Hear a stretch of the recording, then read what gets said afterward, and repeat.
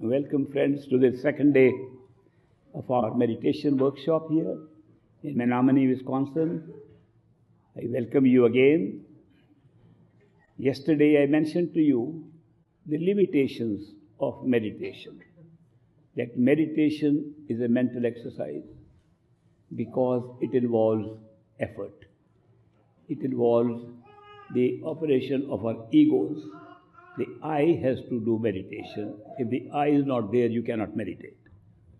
Therefore, if I is the problem, if the mind is the obstacle, meditation cannot cross it. But meditation is good up to a point. Meditation can take us to discoveries of other realities besides of physical reality. Meditation can show us that the nature of this universe is different than what we think it is. That the cause of the universe is not outside but inside us. These are something that we can realize through meditation. We can also realize and solve some big problems which are being faced by scientists about the nature of time and space and so on. Meditation can give us answers to those questions. But it cannot take us beyond the mind to where we belong as souls, where we belong as consciousness, where we belong as totality of everything, where we belong to our original state of being, where we belong to our original home. It cannot take us there. It has never taken us. Therefore, people who have been relying only on meditation, including several masters that I have met, several yogis, several swamis, they have regarded the universal mind, the top of the causal plane, as our true home.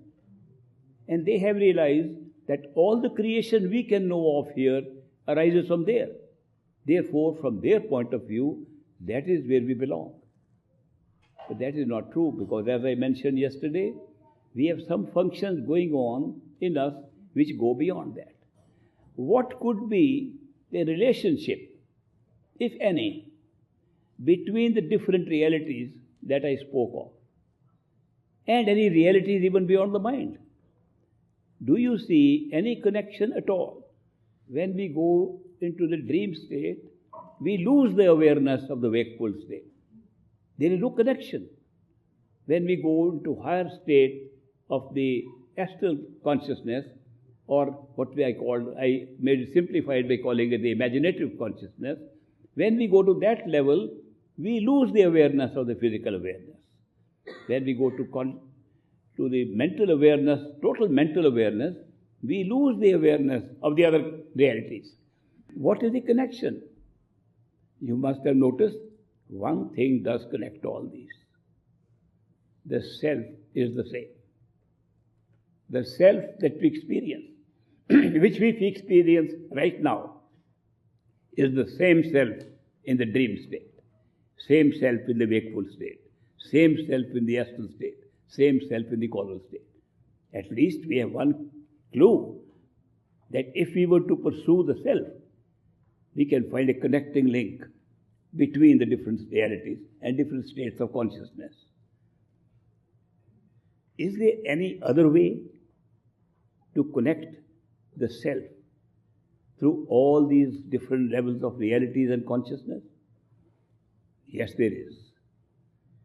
And that's a very beautiful discovery, that the self at every state has a radiance of its own, a musical radiance, a sound current, something that can be heard at the physical level, that can be experienced in the dream state, and can be heard in the astral state, and can be heard and seen at the causal state.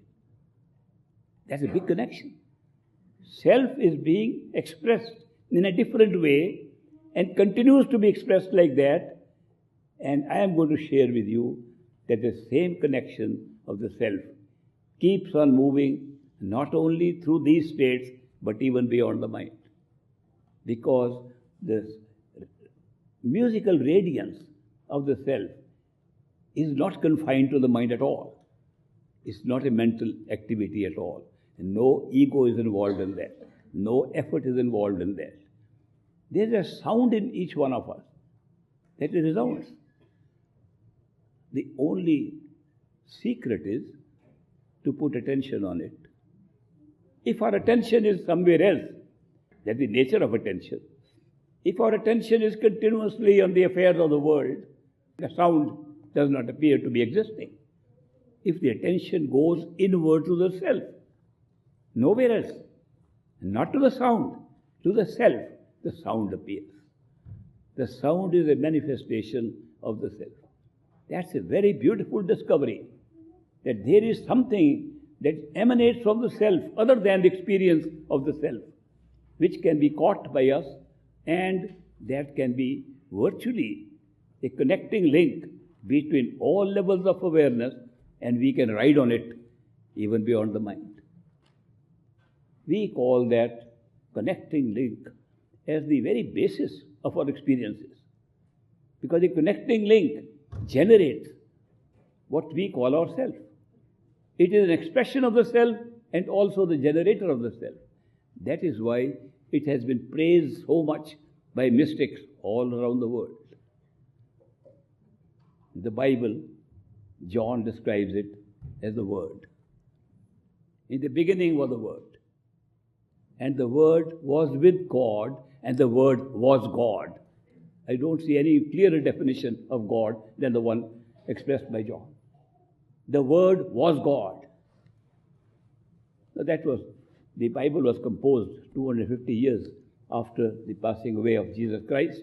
But the ancient Vedas in India, composed by Ved Vyas, in the spiritual part of that Vedas, called the Rig Veda, it says the origin of the universe, the origin of experience itself, is from the Nad, the sound. In more recent times, it's been called the Shabd, the sound, the word. Shabd can mean sound and word at the same time in more than one language. So good. It has been explained in so many times. In every religion, in the original text of those religions, you will find the mention of this amazing experience which connects us virtually to the creative power, to the Creator, the God Himself. So that is a very big thing. That is why if we want to really connect ourselves to all levels of experience, even the one beyond our mind, we can discover where we find this sound, where we find this wonderful connection, connecting all levels of consciousness. And then we can discover that if we connect with that sound, we can discover our own reality even beyond the mind. This connection of the sound, why is it called sound? When we say word, what is word? Word is merely an English language word, which means just one of the words that we speak.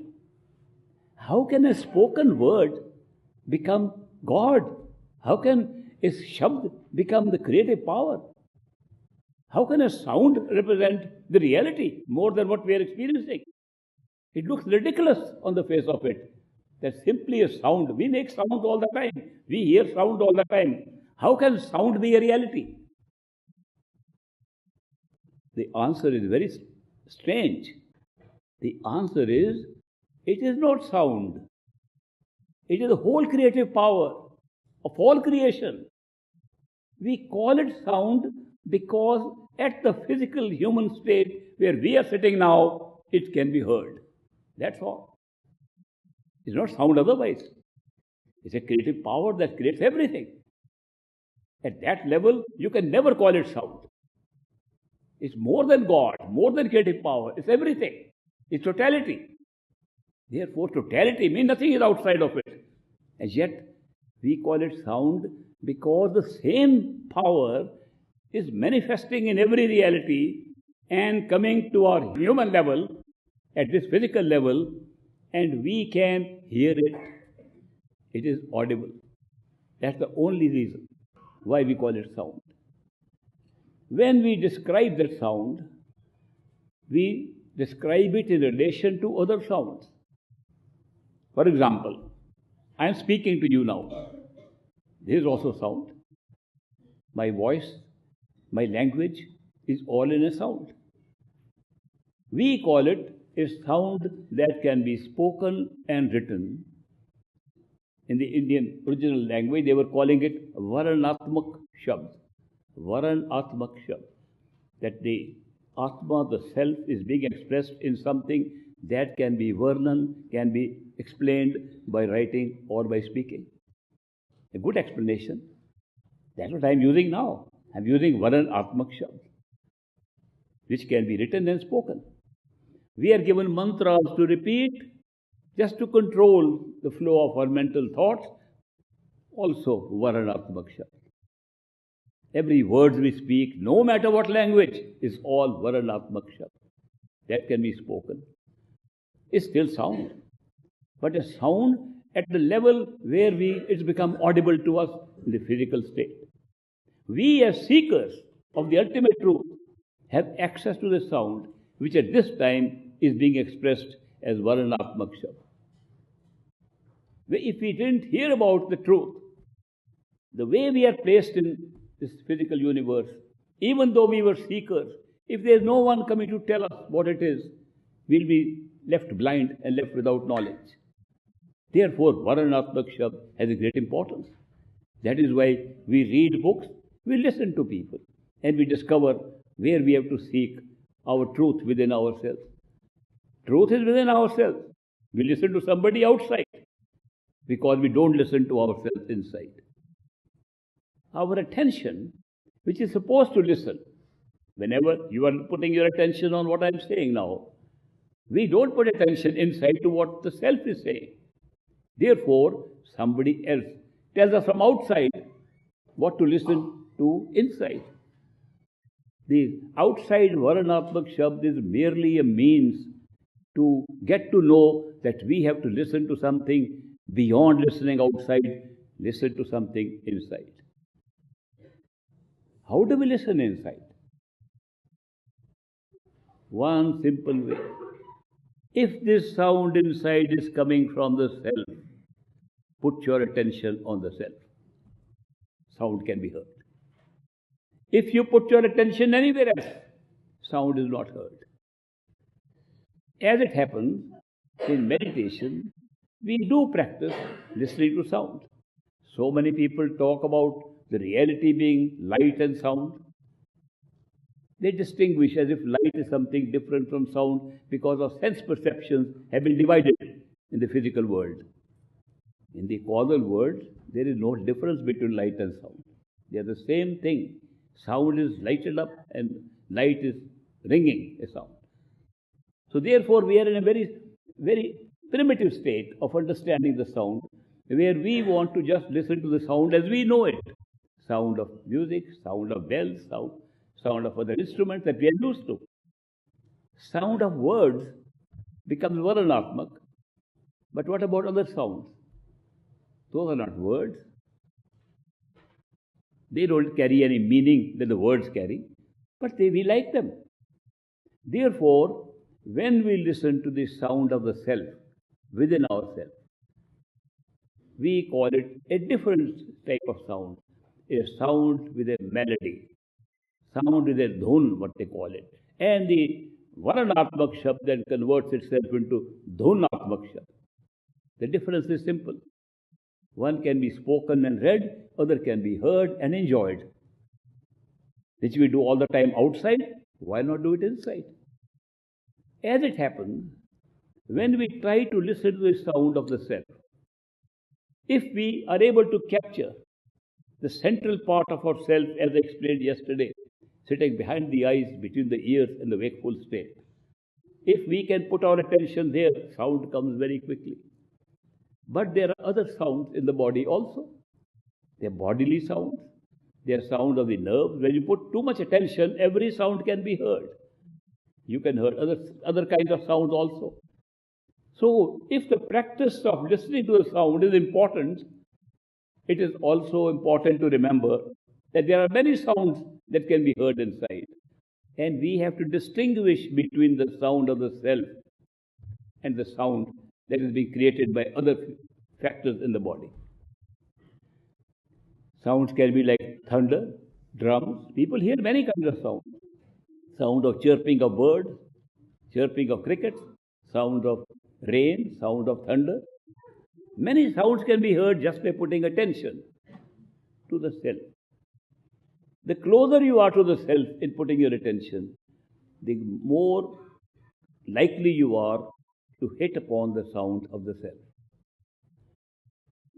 This path of discovering ourselves through the sound, through the shabd, has been called14Sept2019. The kind of practice that great master Baba Sawan Singh taught me. I examined many paths, and I can tell you at age 92, going to be 93 in November, I have had some experience, initiation for more than 82 years, 83 years. I can tell you that there is no better method I could find to discover the self than the method of listening to the sound of the self. Therefore, I examine all methods of putting your attention on the self and see the sound of the self will be the easiest at this time. That is why Surt-Shabd-Yoga. Surt means attention. Shabd means sound. Yoga means union with your true self. So that is why this path of listening to the sound within is the key to go to the connecting link between things that are not of the mind, not of the ego, not of effort, but something that's just ringing inside. And you enjoy it. This kind of sound that comes here, the dhunatmak sound, is not words, but you can also hear words. At the astral level, your mind can think in words like it thinks here, and can also hear the sound. Both coexist. Even at the physical level, we can hear the sound, and we can also talk. We can use both types. So, dhunatmak shabd and the varanatmak shabd are available to us at these three levels, the levels of creation. But they change. What happens in this state? We are using varanatmak shabd. When we say, do your meditation as I recommended yesterday, start from the inside, not here. The main reason for my suggesting that was people have been doing meditation, the physical body, with physical consciousness, physical head all their time in their mind and made no progress. When you start from inside, you are starting with a progress already. Now, if you start with the progress inside, you are using varanatmak shabd inside also. But when the sound can be heard by putting attention on your own self at this center, what has been described as third eye center. Why was this expression used? It used to bother me. Why you call it third eye center? We know third eye, we have only two eyes. But then, when the explanation was given to me, why it's called third eye, I began to appreciate it. The reason why it's called third eye is because these two eyes cannot see what we are seeing outside. These two eyes see two different pictures. They are placed separately, so there is no way that the two eyes can see the same thing. This feature is being used when making 3D movies, where they put two pictures on the screen and give you glasses to wear, which combine the screen, and it looks like 3D. We are creating 3D the same way with these two eyes. Where are we creating it? If two eyes are having two different pictures, the retina is carrying two different pictures, the optic nerve is receiving two different pictures, where are we combining them? Where do we feel we are seeing? If you examine, when you look at things and the three dimension is there, where do we combine the two? We combine behind the eyes at the very point which we call the third eye center. We are using the third eye center every day. Every day, by looking out with the two eyes, we are using a third eye center to combine the images, and that's what we are seeing. Therefore, third eye center only means that there is an eye where we combine. That's why it's called the third eye. We are using it all the time, even now. But it's a very good place because where it combines is exactly the seat of the self in the wakeful state in a physical body. So that is why it's very useful to know that where we are combining. If when we close our eyes and we imagine something, we imagine we are seeing a picture in front of us. We imagine we are seeing a mountain. Pure imagination. Where do we see it? It's in front of us, a mountain. Where are we seeing that mountain? In imagination. Third eye center. Imagination works at third eye center. Vision works at third eye center. Our feeling, where are we operating from in the body? Third eye center. So that is why this center of consciousness in the wakeful state has been described as third eye center. The self in the wakeful state is operating from there. Therefore, if we can put our attention on that center, how do we put attention on something? That's another problem. Big problem. Very big problem. I want to put attention on a paper. I am carrying a paper to put attention on it. And I say, now the paper is on this side. I am looking this side. But I can put attention on it even without seeing it. I can move it. But the best attention is if I place it in front of me. If I place it in front of me, I am putting attention. What am I experiencing? I am experiencing myself, paper, and attention. Three things. I am putting attention on the paper, therefore I am experiencing myself. Otherwise, I won't have attention if I don't know who I am. I am there looking at the paper, therefore three things are happening. I, the self, looking, attending to, putting attention on paper, three things. No matter how hard I put attention on the paper, it will never be attention on myself. No matter how close I bring it to myself, it can never be attention on myself. Therefore, putting attention on anything other than the self will never be attention on yourself. And I'm emphasizing this point because our whole idea of putting attention on something is to put attention on something other than yourself. You are the one to put attention, therefore you can't be putting attention on yourself. Very big problem. We are used to putting attention. If I say put more attention, focus on it. That's another word, focus on it. This error of thinking that by putting attention on something, we are putting attention on ourselves comes up very strongly in meditation. When we say put attention on yourself, we are so used to putting attention on something other than ourselves, we try to make an image of ourselves and put attention on it. That's not ourselves. The self is the one that's putting attention on the image we are making of ourselves. People try to see them sitting inside and looking at it, saying, I'm putting attention on myself. No, you are putting attention on something you are creating by your imagination, but the one who is doing it is the one you have to put attention on. This is a very big problem, not as easy as we think. Focusing attention does not allow you to put attention on yourself, no matter how hard you try. The only way to put attention on yourself is to withdraw attention, not focus, not put on anything. Withdraw attention from everything to yourself. Withdrawal of attention is very different from putting attention on anything. We have spent our whole life putting attention on things, and we use the same formula when trying to put attention on ourselves. Withdrawal of attention is very different from putting attention on something. Very big roadblock for many people who are meditating. Very big roadblock. They have learned how to put attention on things, never learned how to withdraw attention from everything. To withdraw attention, not easy, but there's an easier way. Easier way is that the self, which is trying to do this withdrawal, you can imagine where the self is. That's the easiest way to withdraw attention, to imagine where am I.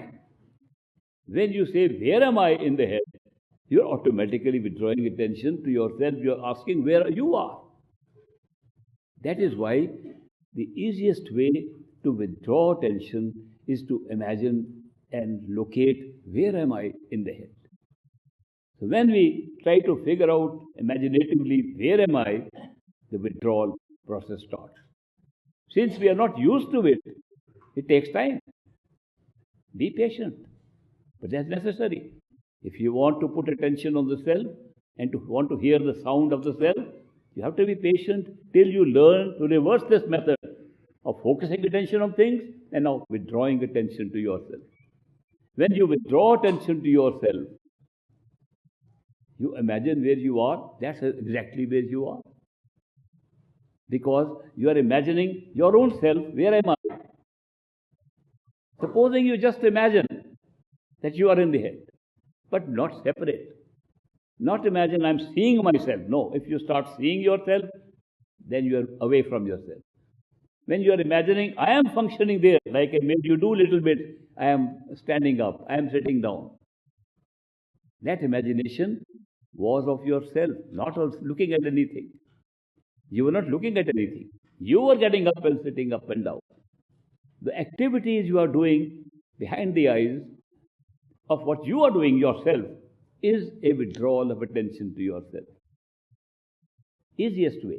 But this switch is very necessary. The switch from focusing attention on something we are used to withdrawal of attention to yourself. When you withdraw attention to yourself, you will notice that the more you are putting attention on yourself, what you are doing inside, the closer you get to the sound of the self. And the sound of the self is different from the other sounds. The quality of its melody is so beautiful. It rings in a way, it resembles the sound of a bell. No wonder the churches all put belfries. No wonder bells are rung in temples. No wonder bells are used everywhere. Just symbolic. Symbolic that the sound of the self, when we start listening to it, will resemble the sound of a bell. But the bell has a little hard sound because it has to ring. Dong, then the gong starts. Again it has to hit. The sound of the bell inside has no hit like that. It's continuously a melody of the movement of the peal of the sound. That peal of the sound, when it comes, because our attention goes slowly inside, the mind is fighting. The mind is trying to draw attention to many other things outside, happening outside, and even inside. Is that the sound coming? Is that the right sound? Is it on the right ear? My left ear? The sounds on the ears cannot be the sound of the self at all. It's not a physical sound. Physical sounds can be distinguished.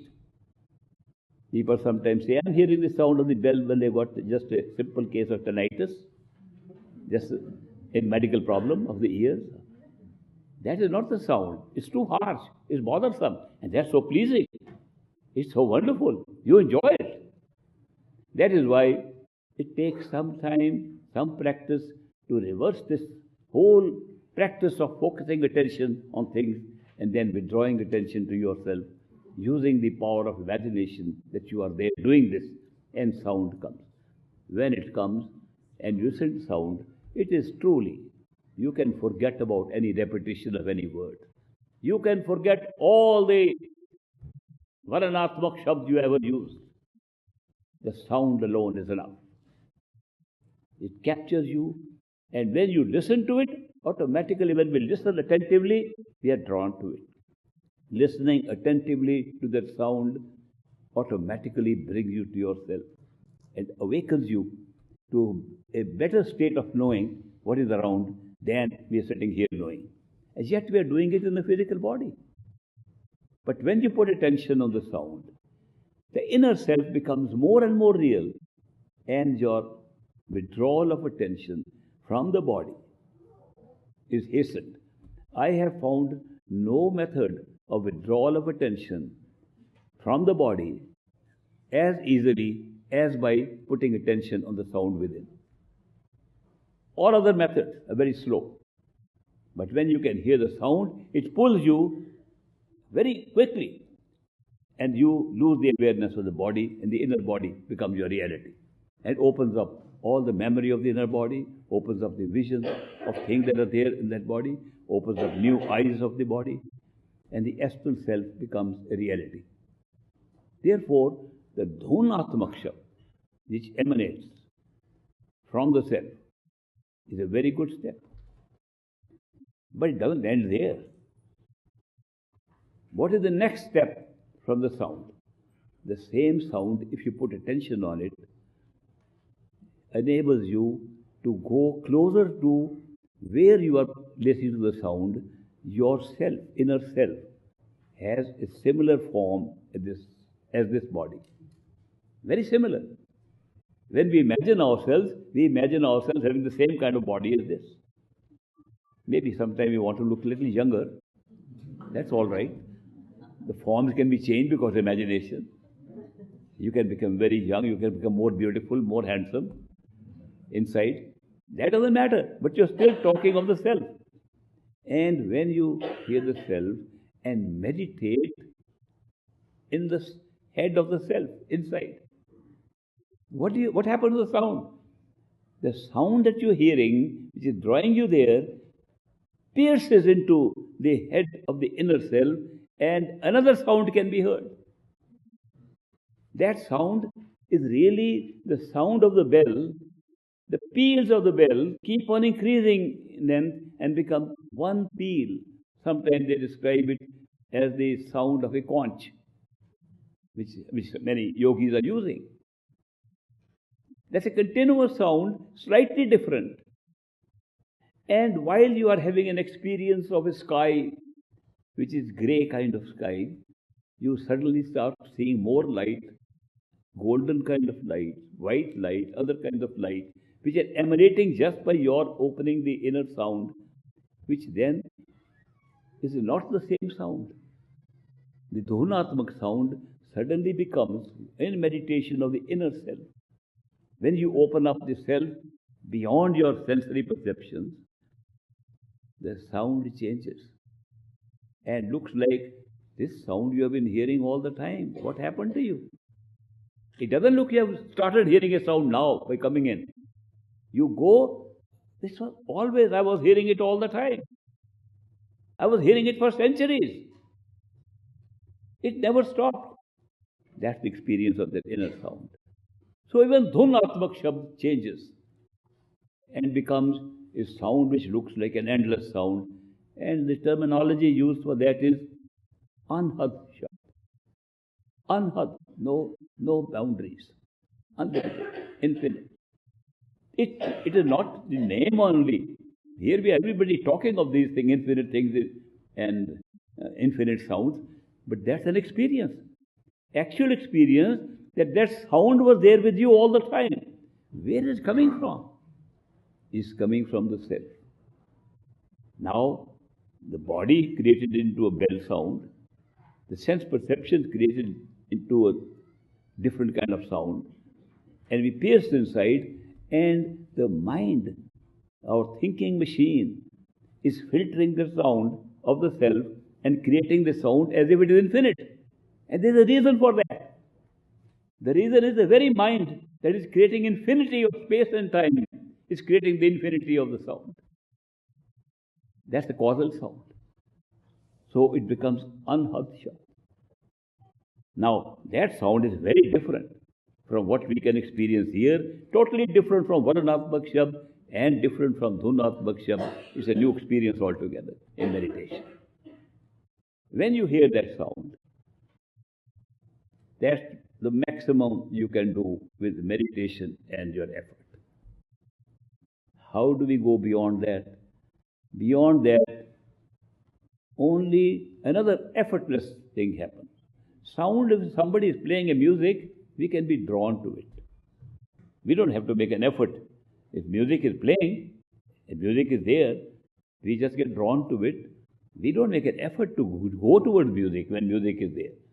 Similarly, there are some other things that happen in life where we are drawn to it without effort.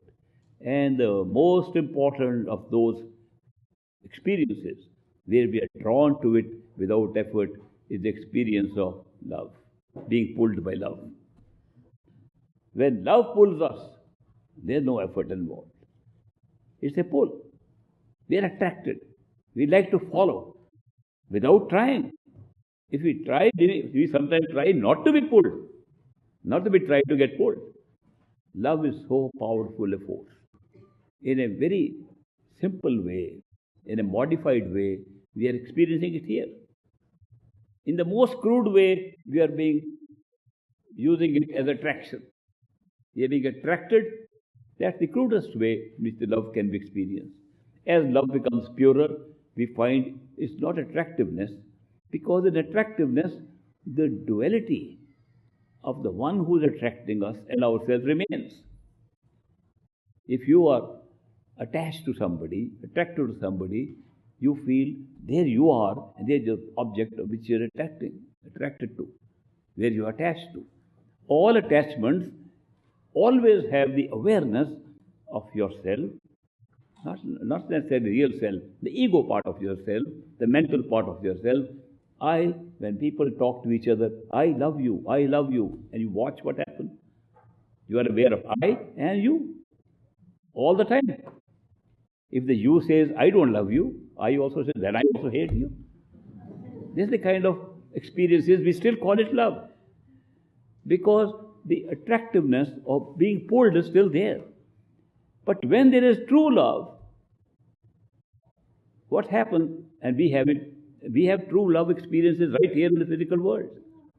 When we fall in love truly with somebody, we forget the I, and only the beloved who pulls us is in our mind. Therefore, the two disappear in true love. In attachments, both remain. That's a very big distinction between attachment and love. In love, we are pulled, and therefore, if love can pull us, there's no effort involved. To go beyond the mind, this is what happens. Love pulls us beyond the mind. Now, where does love come from? What is love? What's the nature of love? Where is it coming from? What is this experience we are having of love? Have we defined it properly? I see hundreds of definitions, mostly defining infatuation, defining attractiveness, defining attachment. Very few defining true love. The true love which can put your ego behind. I was once trying to study. Ego is such a powerful thing, the I-ness, I do this. Well, surrender, I surrender. I am nobody. I am the humblest of the humble.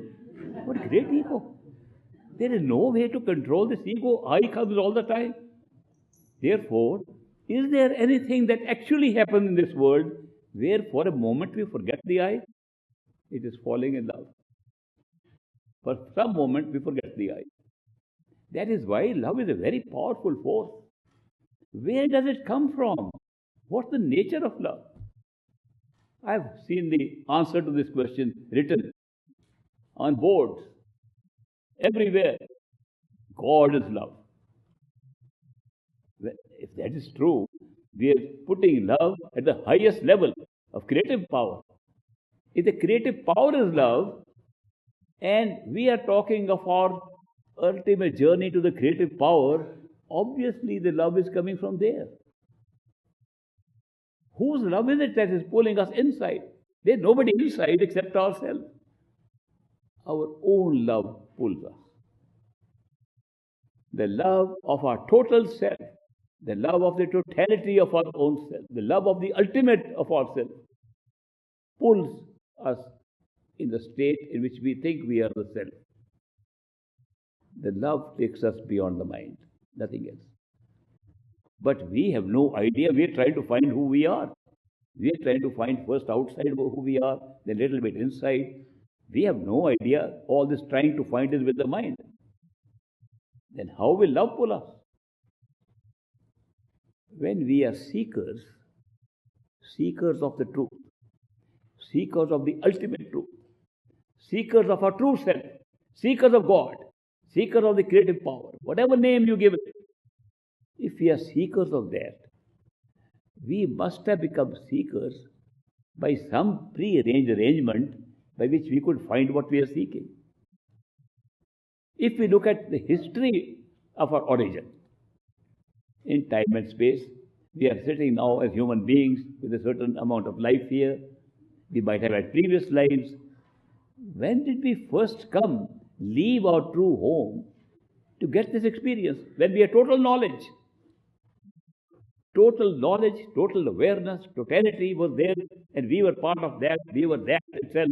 Then how could we come here and make no arrangement to be able to go back? And now we are finding out the method of going back was being pulled by love of the same totality that we were. We could not be that unintelligent not to make an arrangement. Yes, we made an arrangement. And we can only discover what arrangement we made when we go back and see, yeah, this is what worked.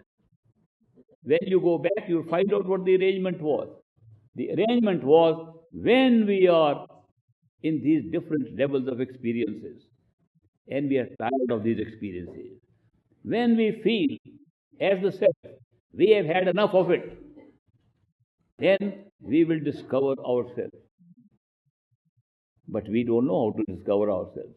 Therefore, our self will be represented by an outside experience, because we are only looking outside. And the outside experience will be the starting point for our inside experience. What is the outside experience that corresponds to what we arranged? That is the appearance in our life of another human being.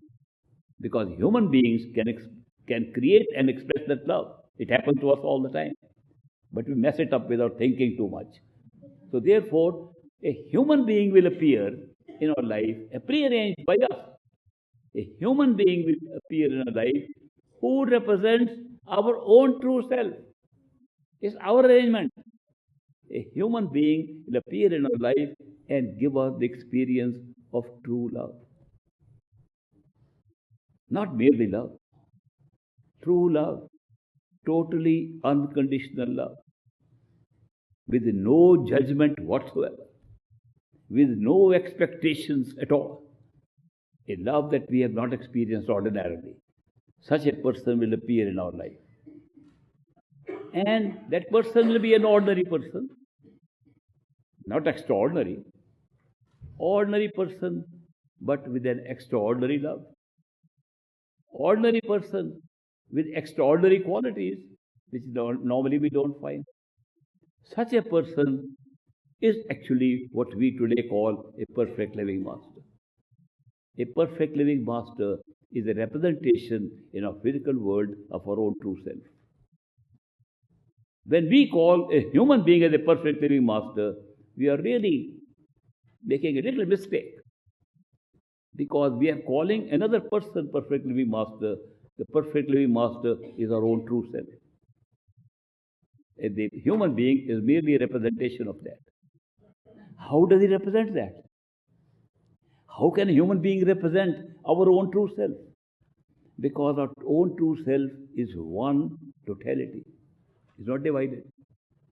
And that human being who is appearing in our life is conscious, aware of that totality, which is our totality, that totality, same thing. Therefore, a perfect living master is not somebody who has come to teach us anything. He's not a very learned person. He represents our own true self. Arrangement made by our own self to go back to our true home. And when he appears, what does he say? Does he say, come, I'll teach you something? He says, go inside. But we say, we love you. You are outside. He says, go inside and find me inside. I am also inside. We say, but we fall in love with you outside. Go inside, you will fall more in love with me. And when we follow his instructions, he is more inside than he was outside. More available to us inside than outside. And we fall in love with him inside even more than outside. Then what does he do? He continuously takes us as a companion, as a friend, through these different levels of realities, never leaving us. A great friendship. And that friendship ends up in the totality where we discover What we thought was another human being and nobody but our own self. That's the beauty of this experience. Ultimately, it's love starting from here, love inside, love at the causal plane, love that pulls us beyond. Love is the secret of spirituality. Therefore, I have said many times that true spirituality is love and devotion. Now, I added one more word. I was talking of love, now put devotion also into it. Why is that? Because devotion is a response to true love. When we experience true love, we become devotees by ourselves. It's not something that we have to do. The devotion comes automatically the more we experience pure love of a perfect living master. Perfect living masters are very rare because seekers of the truth are very rare. Billions of people living here, trillions of people living in other levels of realities. Masters are very few because seekers who go beyond the mind, very few. What do most people go to masters for? Master, I have a problem of sickness in my house. Master, I have lost my money. Master, all wanting aid in physical reality and solving physical problems. Very few say we want to go in and see what's going on. Those who want to go in only want to see whether heaven's there, whether good things inside. Still an experience of seeing things. I want to go and have a great flight in the causal plane. Nobody is saying I want to find who I am. I want to find my own reality. Those are rare. Masters are rare. But when you are a seeker of your own true reality, a perfect living master appears in your life. You can never find him. Why can't we find a perfect living master? If a master is meant for us, we should be able to find one. We can't find a perfect living master because he does not come to spread any message for the world. He does not come to reform society. He does not come to make our life better here. He does not come for any of these purposes of the temporal nature or astral nature or causal nature. He comes merely to take us back home as arranged by ourselves at the inception of this whole experience. That is why he does not come dressed up like a teacher, dressed up like somebody who is going to give you something, comes as a friend. The relationship with a perfect living master is a relationship of a friend with true love, pure love. That's how it works. That is why these masters are rare, and we are also rare people who are seeking that ultimate. Many of us might have had many experiences of other realities in past lives. Many of us have had experiences in this life itself. We are not satisfied. Therefore, perfect living masters appear in our life when we are ready to go beyond what we've got. If we have got something, not satisfied, we go beyond. What happens in the meantime? Meantime, we can meet many masters. Our whole concept of reality, of God, of ourselves, is so different from what you experience at the end. It's so different. We are separating ourselves. When people worship God, I see many people worshipping God looking upward. Almost give the impression God lives in the skies or somewhere. God lives inside. All religions say that. Kingdom of God is within you. Everything is within you. Why are we looking up in the sky? Who are we praying to? Who are we worshipping? Our whole concept is, one day I will meet God. Do you know, if you go to totality, there's only one. There's no one to meet. You, your true self, and the creative power is identical, because there cannot be two there. You cannot see God. You can be God. You can realize you are the same power at all times. And it's your manifestation that created a worshipper and a separate one the mind creates as a God. The soul has never decided to create any God. Mind creates the God. Why is that?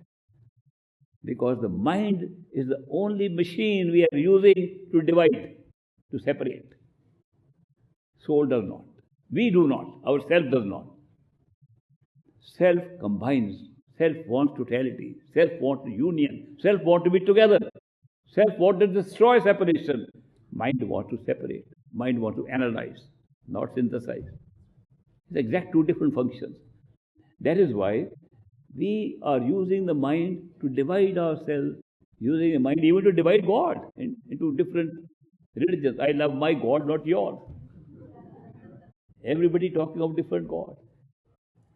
When I was studying economics, public administration, business at Harvard University, I decided on the side, because a big library, Widener library was there, I decided to study comparative religion.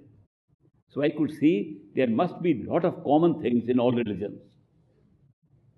11 religions I studied. And was fascinated by studying how their belief systems are, how their rituals are, how their ceremonies are, how they're supposed to be expressing their knowledge outside in the physical world. But they were all different. There was nothing common. Only common thing I found in those 11 religions was ours was the only real one, all others are fake. Every one of them said the same thing. What a division. It was obvious to me religion has gone way beyond, further down from spirituality. Spirituality says there is one. The founders of religion say there is one. And we practicing religion say there are many. Why, I found that I met a man, he said, I am preparing a Bible composed from 14 Bibles. I said, 14 Bibles? Oh yes, there are different versions of the Bible. Then I began to study history of the Bible. When I studied history of the Bible, it was eye-opening. That the Bible has been revised so many times. Ecumenical councils have come and said, throw away this gospel, put in this gospel. 700 years ago. And throughout history. And I discovered the first time it was written by the scribe. There were no printing presses or something, no telephone, no computers. The scribes would write differently. Then they had to get together. They had written different things. Then somebody else would come and tell them how to combine and say, this is the correct way. And when did it happen? More than 100 years after Jesus Christ had already passed. And today we are calling it the Word of God. Have we known that? Do we know in the United States of America, I pick up a Bible, 14th version approved by King James of England. He approved a separate Bible. And that we think is the Word of God today. And I meet my friends who believe in Jesus Christ. I said, well, let's go to church. No, that's not my church. That's Methodist. That's Baptist. What are we talking about? What have we done to the message of God? What have we done to spirituality? Religion was supposed to be helping us. All that now we talk of is the rituals, the ceremonies we have to do are separate. And they are the religion. That's the work of God. We've forgotten altogether that God is the same. He is inside all of us. And no matter how many names you give to it, it remains the same. And this is a big division. Who does the division? Not the soul, not the self, our mind. Why did this happen? Because the mind was designed to do this. The whole idea of creation was to create the many out of the one. That's why we are so many. So many sitting here. Can we believe we are all one? We try to say we are one. We are one, but that part I don't like. I hate that one, but otherwise we are one. This is our whole concept of the oneness.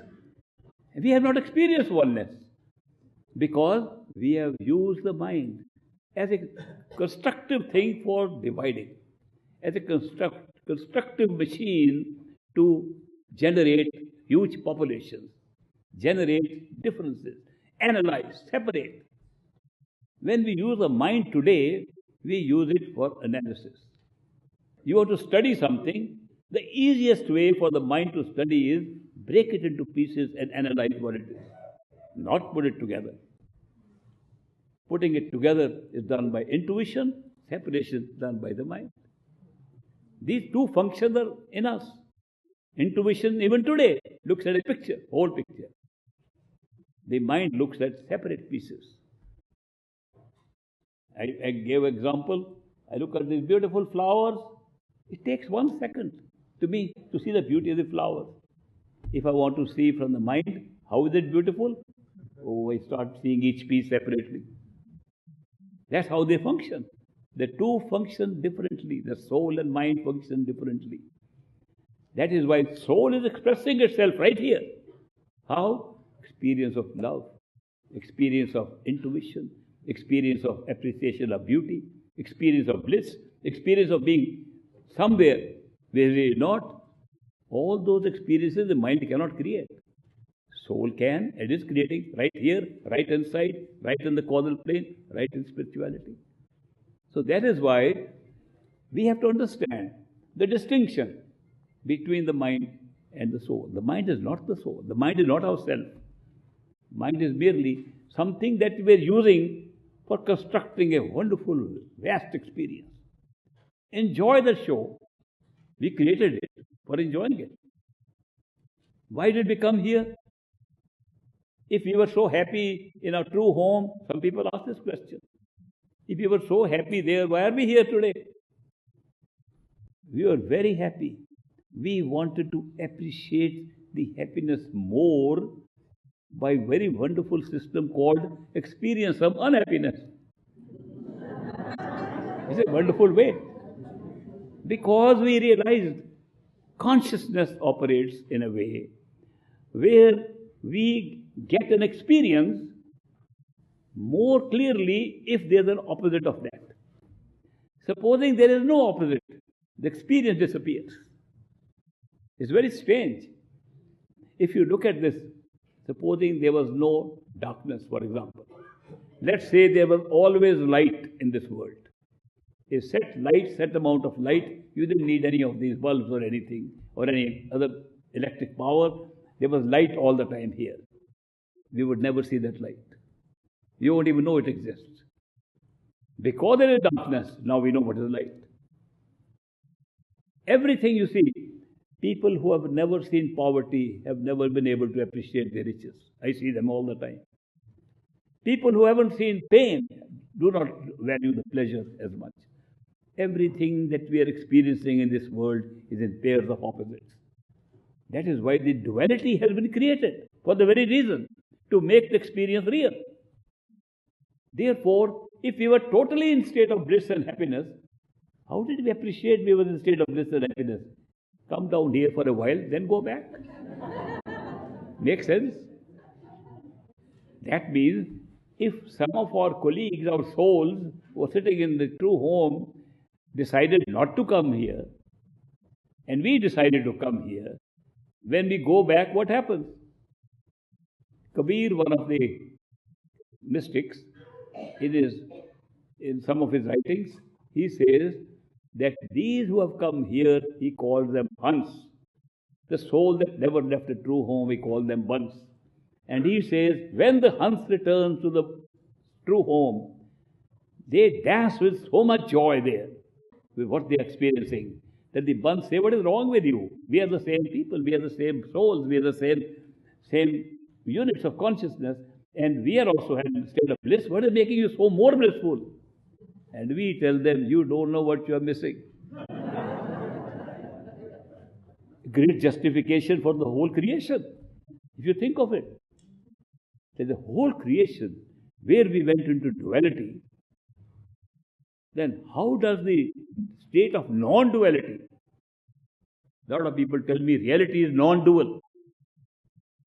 I said, that's correct. Reality is non-dual. So we create an unreality, look like reality, which is dual. And that becomes the opposite of the region of non-duality.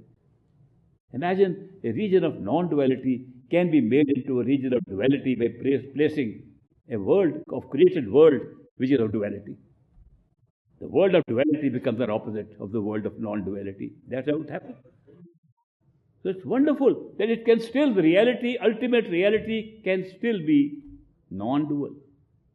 And yet, a reality created by us, not illusion created by us. A reality created. If it was only illusion, it would not take care of the non-duality.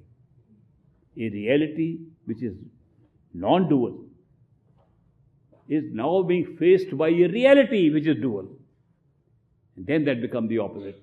And we experience our own true self much more in its true essence just by being in this reality which we have created here. It's a wonderful way. If you look at the whole grand picture, you'll see so much perfection in it. If you see small parts of it, it's all imperfect. The totality is perfect. It's totality of creation, how these things have been created. We are crying here, we are going through karma, we are going through pain and this thing, we are going through highs and lows. They all have a purpose in the total grand scheme of things. Look at the grand scheme of things, and then you will realize how each little thing happening here is part of a perfect thing, a perfect plan of our own reality and the realities we have created. It's amazing that the reality has been created by a process which could be called illusion. That is why some people say this is illusion.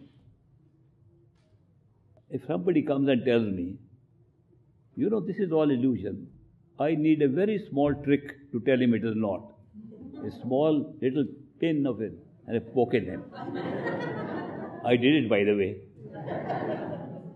Once a man came to the Dera in Bias, and after listening to great master's discourse, he was sitting on a little platform, there was some platform there, and giving his own discourse.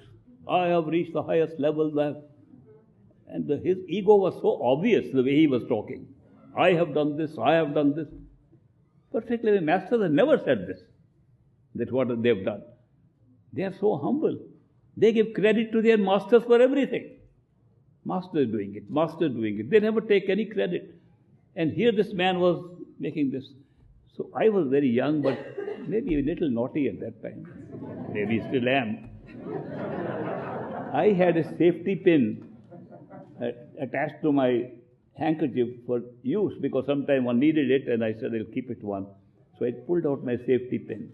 When he was saying, I have crossed the mental states beyond the 5, he was talking of 5 naughty boys, which means lust, anger, all those things, 5 things. He was claiming he has no anger anymore, I have gone above that. So I decided to take out the pen.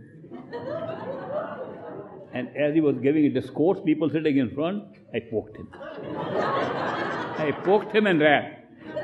I knew he couldn't run as fast as I could run. I said, where are the 5 boys now? I still remember saying. The reality has been created by introducing one element called pain. Did you know that? Pain is one of the essential elements that has been created here to make it real.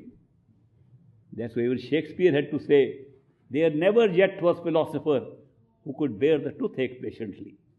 He could give all the discourses, but when the dentist wanted to pull his teeth, he said, please.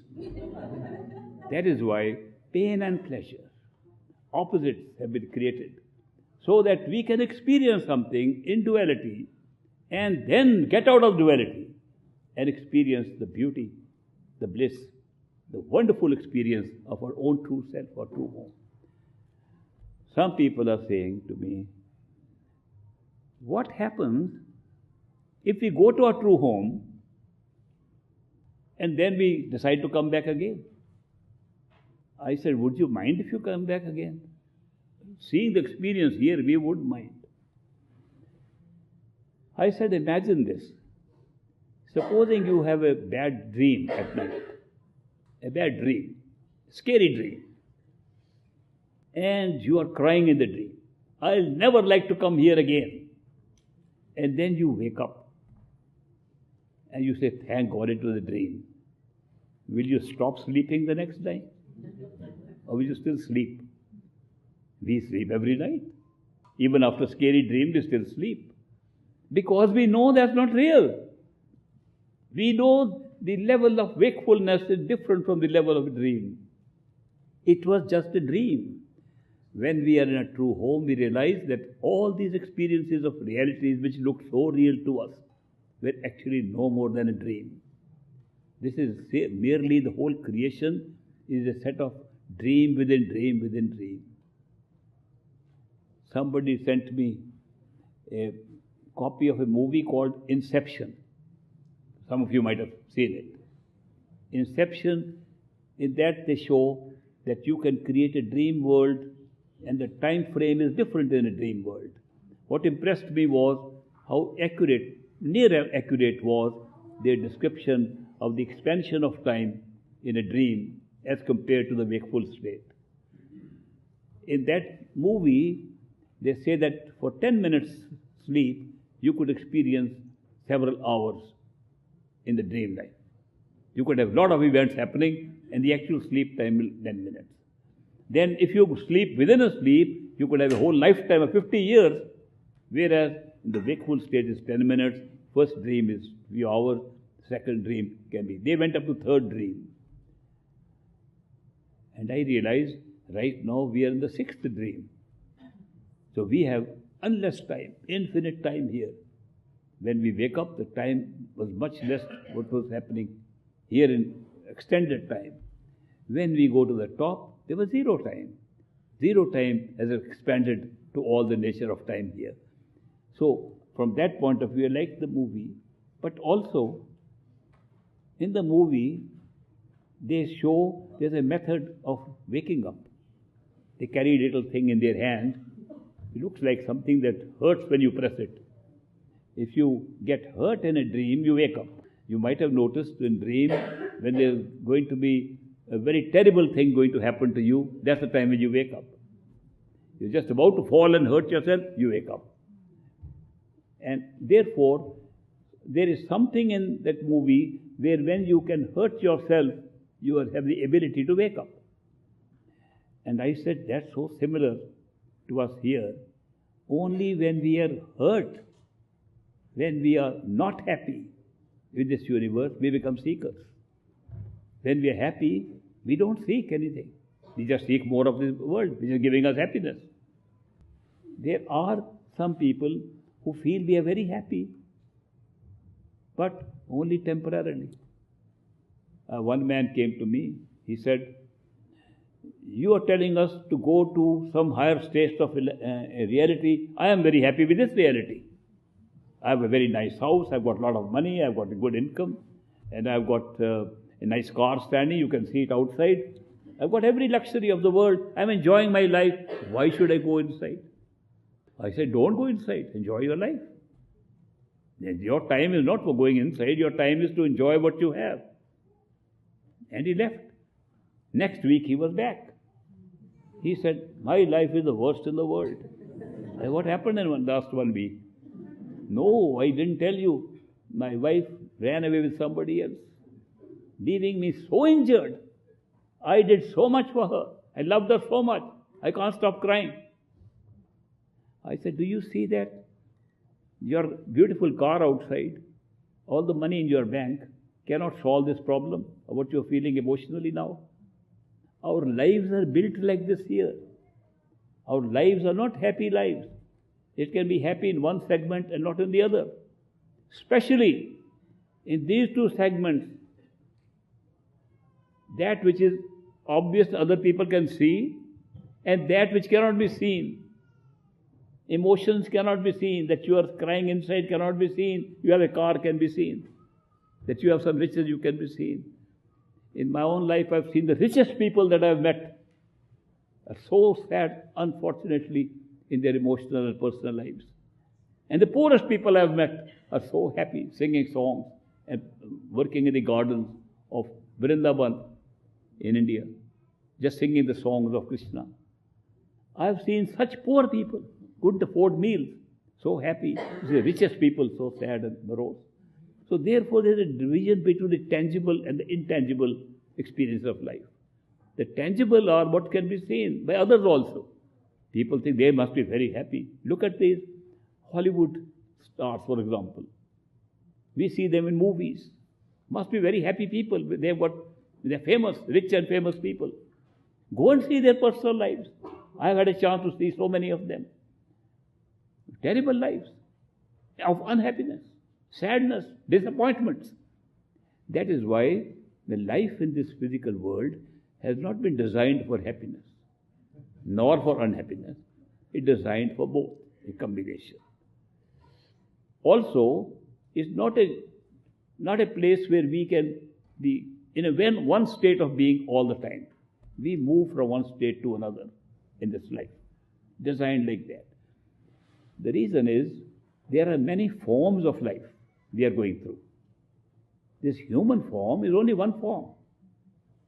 There are, according to the Indian scriptures, 8.4 million, 84 lakh, 8.4 million forms of life available. Those forms also include angels and other forms at higher levels of awareness than the physical. They include all of them. And those forms, in the list of them, 5.4 million are in the plant kingdom. And they lie in the forest and under the oceans. And they are lying in different places. And then there are so many other forms of life. Only in the last list of 400,000, a human being appears. And a human life is considered to be different from all the remaining 8.4 million forms of life, because it says this is the only form where we have a mind that thinks it can decide what to do. It can deliberate and has the experience of free will. One form. No other form. Other forms of life living by their pre-programmed DNA instincts. Human form questioning. I can decide, no matter what my instinct says, no matter what it is. If my destiny says this, I'll do something else. Somebody wrote to me yesterday. He said, we have true free will. Supposing you tell me this is my destiny, I'll do the opposite of that. I said, when you will go up, you will see what was written there millions of years earlier, that you will tell me, I can change my destiny. Destiny will say this, I will do that. This thing was written millions of years earlier, your statement. What you actually do is what is written. That is why it's a big error to think that destiny is, can you read the destiny? Not here. But you can read it where you can read all destinies at the causal plane. Your destiny, everybody's destiny, the whole creation. If you see the destinies, they are being manufactured there. Destinies are manufactured there. So therefore you can see how they are made up and how we just play out here. The destinies that are made out include our experience of so-called free will. How we will decide something is pre-written. It's an experience given to us to make us feel we have free will. The experience is genuinely one of free will because we don't know the future. If future was known, there'd be no free will. In the other level, future is known. Therefore, there's no free will. In plant life, animal life, they are all going according to instinctive things built into them. Therefore, there's no question of deliberation. Should I do it or should I not do it? They don't think like that. Human beings think like that. And why is that? Because this is the only window open from this whole creation, from where we can seek and go back home. Seeking cannot take place if you have no experience of free will. That is why seeking is connected with free will. And then it's also a little bit mixed up with searching for things. Searching, seeking, two English words. Searching is a mental activity. Seeking, spiritual. We are seeking something without knowing what we are seeking. We say, I know I'm looking for something, I don't know what it is, but there is something in me, spirit speaking. Well, I'm searching for the answer to my question. Mind speaking. So that is why it is built into us that we use so-called free will, which is an actual experience of free will. But it operates within the destiny pre-written. You can't change it by sitting here. You can change it from there. Over here, it will operate like we are making decisions right now. No way to know whether this change of decision that we are making was pre-written or not. Go there, it was pre-written. So that is why, but why has this illusion of free will been given to us? So that we can seek and find the truth. It's one of the ways set up by us so that we can discover the truth. When we seek, a perfect living master appears. Supposing we seek less, a master appears, but not a perfect living master. It does not mean that the perfect living master appears straight away. Over several lifetimes, we could have several masters, each one taking us to the level to which our seeking can go. When the seeking goes beyond what we have got, and ultimately we are tired of even the seeking part, as we have discovered with those masters, a perfect living master appears in our life. Perfect living masters are very rare. Great master used to say, even in this age, when we have more masters than before, there may not be more than the number of fingers that we can count on our hands in the whole universe. So that is why it's a rare experience to have a perfect living master come into our life. But he will come if we are seeking beyond the mind. No question about it. How will he know where we are situated, where we are seeking, if he's just a human being like us?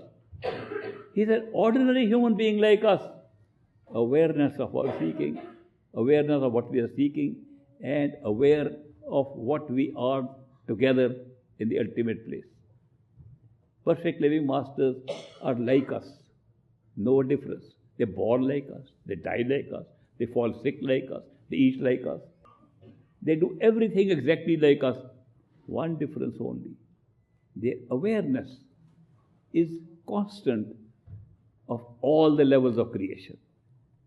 When we want to rise in our awareness, when we practice meditation to rise in awareness, we go stage by stage, one stage by stage. We do not see two realities together. It's only in totality that you see all realities together. Anything below is only one reality at one time. That is why we dream, this reality disappears. We wake up, this reality, only reality. We go to astral stage, this disappears. Only reality. Causal stage, only reality. Everything else is unreal.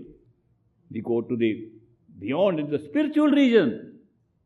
The soul is the only reality. But there are many souls, not one. We go to totality of consciousness beyond the spiritual regions. The spiritual region has been called Par Brahm. The Brahm being the limit of the mind. It is beyond the limit of the mind. The Par Brahm has soul. Soul originates from there. You become immortal. You discover your immortality. Time and space disappear when you are at that stage. But that's not the end of the journey for a perfect living master. End of the journey is where there is only one soul. All souls are manifestation of one. So that is why when you are a manifestation only of one, and you reach the awareness of the one, you are aware of all realities, why they have been created, and how they exist, and you can be operating at all of them. Perfect living masters whom we meet in this life, they are operating at all the levels of realities, and they are aware of all the levels of reality. They are not those who have seen something inside during meditation and come to us to tell us what they saw. They are seeing what they are telling us when they are talking to us. When they talk to us, at that time they are conscious of all of these things. So that is why their speech is different from the speech of learned people who have learned a lot of books, or people who have had very big experiences, but only as seekers of the experience, they come back and share their experience with us. Perfect living masters are beyond that. They are having the experiences we are talking about, the reality we are talking about at all times simultaneously. That is why when they talk to us, there are no maybes and perhapses in their talks. They talk with certainty. When I was reading the Bible, that Sermon on the Mount impressed me. Because after Jesus had given the Sermon on the Mount, the Bible says, there was a hush upon the multitude. For he spake like one with authority and not like the scribes. That's the difference. He spoke like he knew what I was speaking about. He was speaking from there, not remembering what he had seen sometimes in meditation. That's the difference between masters who have had experiences and share with us, and a perfect living master who is sharing something he is having when he is sharing with us. Big difference. So that is why when we are ready for that, the perfect living master appears. To summarize, the mind can take us up to the causal plane. The sound can take us beyond. Love and devotion can take us to a truth. And these are built into the system. When we are ready for it, it automatically happens. What do we need to do to get this? Only one thing. Seek inside with love and devotion. Meditate with your mind, but with love and devotion. Do everything, do seva with love and devotion. Remember, never give up love and devotion if you want to be truly on a spiritual path. That's the secret I wanted to share with you. Thank you very much. We'll break now for lunch. Let's see you in the afternoon again, about 3 o'clock.